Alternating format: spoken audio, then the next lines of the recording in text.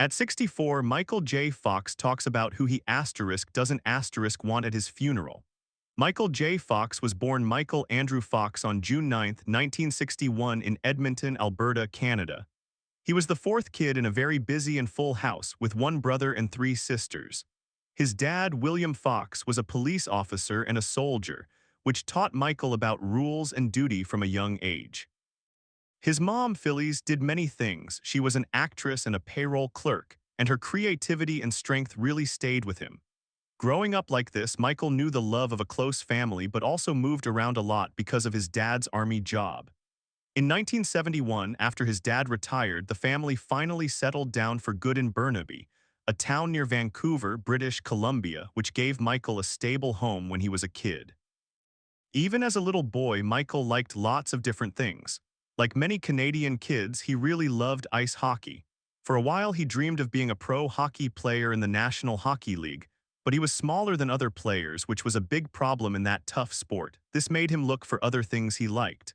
As a teenager, Michael found he loved the arts. He was drawn to music and learned to play the guitar. He also got interested in drawing and performing. His love for telling stories pulled him toward acting, which became the biggest thing in his life. Michael was very serious about acting by age 15 when he bravely tried out for a professional show. He auditioned for the Canadian TV series Leo and Me on the CBC, and he got the part. This early job showed him he was good at it and taught him a lot about being on camera. For the next few years, he did plays and small TV parts, getting better and more confident. He was even in some American movies filming in Canada, which helped him learn about both the Canadian and American movie worlds. When he was 18, Michael decided to move to Los Angeles, California, which is the center of the movie and TV business. At first, it was hard and he only got small parts, but he kept trying. His big chance came in 1982 when he got the role of Alex P. Keaton on the hit TV show Family Ties **. For 7 years, from 1982 to 1989, people all over loved him as the smart, ambitious young man. His amazing acting won him 3 Emmy Awards and a Golden Globe, making him a huge TV star. Around this time, he started using the name Michael J. Fox, which was a nod to another actor he liked, and that name became famous everywhere. While he was a TV star, Michael also became a huge movie star. Playing Marty McFly in Robert Zemeckis' Back to the Future in 1985 made him a legend. The movie's cool story and Michael's fun, relatable acting made it a classic and led to 2 more movies in 1989 and 1990. Besides that, Michael made other popular movies in the 1980s. He was a teen idol in movies like Teen Wolf 1985, a funny movie about growing up, Light of Day 1987, where he showed off his music skills with Joan Jett, and The Secret of My Success 1987, a comedy about wanting to succeed in business. People also saw he could do serious acting in Casualties of War 1989, a war movie where he got great reviews for his powerful performance. Right when his career was going so well, Michael found out he had Parkinson's disease, a sickness that affects your nerves. Even though this was very hard, he decided to keep working, showing bravery that inspired many people. He starred in more movies after his diagnosis, like Doc Hollywood 1991, A Sweet Comedy for Love or Money 1993, a romantic comedy Life with Mikey 1993, where he played a struggling talent agent, and Greedy 1994, a dark comedy about a family. These movies showed he was still a great actor, even while dealing with his illness. Michael worked again with Gary David Goldberg, who made Family Ties on the TV show Spin City in 1996. Playing the funny and clever deputy mayor of New York City, Michael proved he was still a king of comedy TV. Around then, he also made his last big movie in theaters, The Frighteners 1996 by Peter Jackson, and people loved his performance that was scary, funny, and sad. He also did voices for cartoons and family movies like Homeward Bound, The Incredible Journey, its sequel Homeward Bound II, Lost in San Francisco *, Stuart Little *, and Atlantis, The Lost Empire. This showed kids and parents still loved him.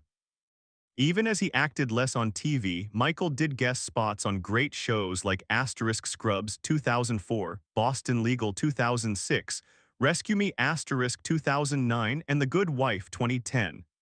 These parts got him more Emmy nominations and awards, proving he was still incredibly talented after all his challenges. Besides acting, Michael J. Fox has told his story and helped others through books. He wrote 3 books: Lucky Man Asterisk 2002, a true story about his life in Hollywood and finding out he had Parkinson's, Always Looking Up 2009, about staying hopeful and living fully even when things are tough, and A Funny Thing Happened on the Way to the Future 2010, which gives funny, smart advice for hard times. These books let people see his personal fights and wins and give hope to many people who are sick or facing problems. On July 16, 1988, the beloved actor Michael J. Fox married his funny and talented co-star from Family Ties asterisk Tracy Pollan. Their love story started on the set of the show, and fans loved watching their real down-to-earth romance. For many years, their marriage has been a strong example of lasting love in Hollywood. Together, Michael and Tracy have a warm, busy family with 4 kids. Their kids grew up with creativity, laughter, and lots of love from their parents. Fans love seeing how they balance fame with being a family, which is both inspiring and sweet. People still cheer for them, celebrating not just Michael's amazing career, but also the strong family he built with Tracy. Now at 64, Michael J. Fox is sharing his private thoughts, telling fans not just about his life, but exactly who he asterisk does not asterisk want to come to his funeral. In a very honest talk, Fox said the names clearly, using his usual mix of funny, truthful, and a little sharp comments. The list might surprise people, but it shows his own personal limits and feelings about relationships from his long time in show business.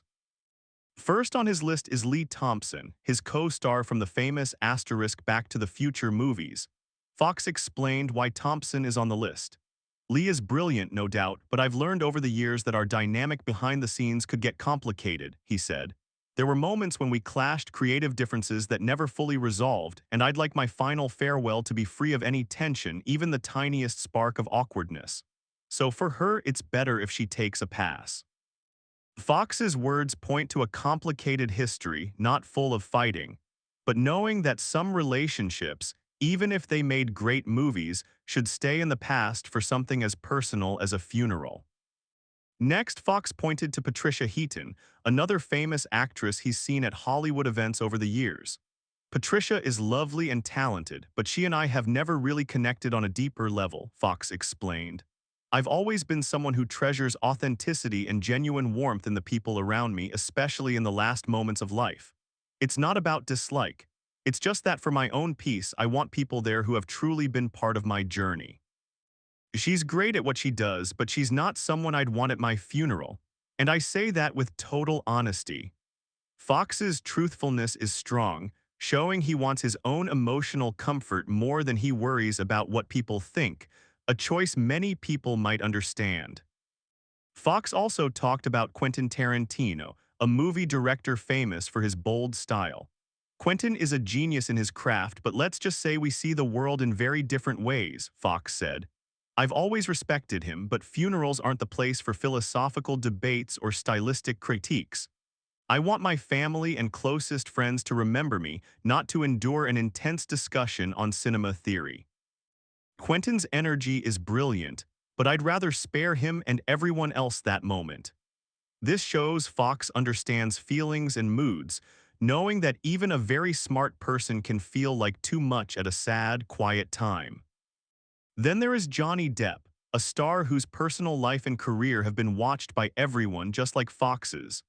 Johnny is talented and eccentric, a true original, Fox admitted. But I've noticed over the years that his presence, while magnetic, can sometimes be a bit disruptive in quieter settings. I want my farewell to be intimate, reflective, and soothing, not filled with flamboyant stories or unpredictable antics. So I gently request that he sit this one out. Fox's way of saying this is both funny and polite, showing respect for Depp's art but also a clear line for his own comfort. Finally, Fox mentioned George Clooney, a friend and coworker everyone in the business likes. George is charismatic, kind, and has a way of lighting up a room, Fox said. But even the most charming people have their moments, and I've realized that my funeral is not a networking event or a place for social brilliance. I need calm, familiarity, and a sense of quiet love surrounding me. George, as wonderful as he is, might inadvertently shift the focus, and this is one moment I want solely for those closest to me. Fox's reason shows he has thought a lot about the feeling and purpose of the day, wanting it to be a special, personal time for the people he loves most. By sharing this, Michael J. Fox lets us see the mind of a man who has lived in the public eye but is still a very private, thinking person. His careful list of who he doesn't want at his funeral isn't about being mean or angry. It comes from a deep understanding of emotional space, the complicated ways people inter act, and wanting his last wishes to be peaceful. Every name he says has a story, a connection, and a limit that shows how he balances being a celebrity with being his true self. By saying this out loud, Fox asks fans to think about their own limits, about who they want in their most important life moments, and how to make those moments really feel like asterisk them. His honesty, humor, and smarts shine through, showing a man who, even when thinking about the end of life, is thoughtful, careful, and totally himself. Michael J. Fox.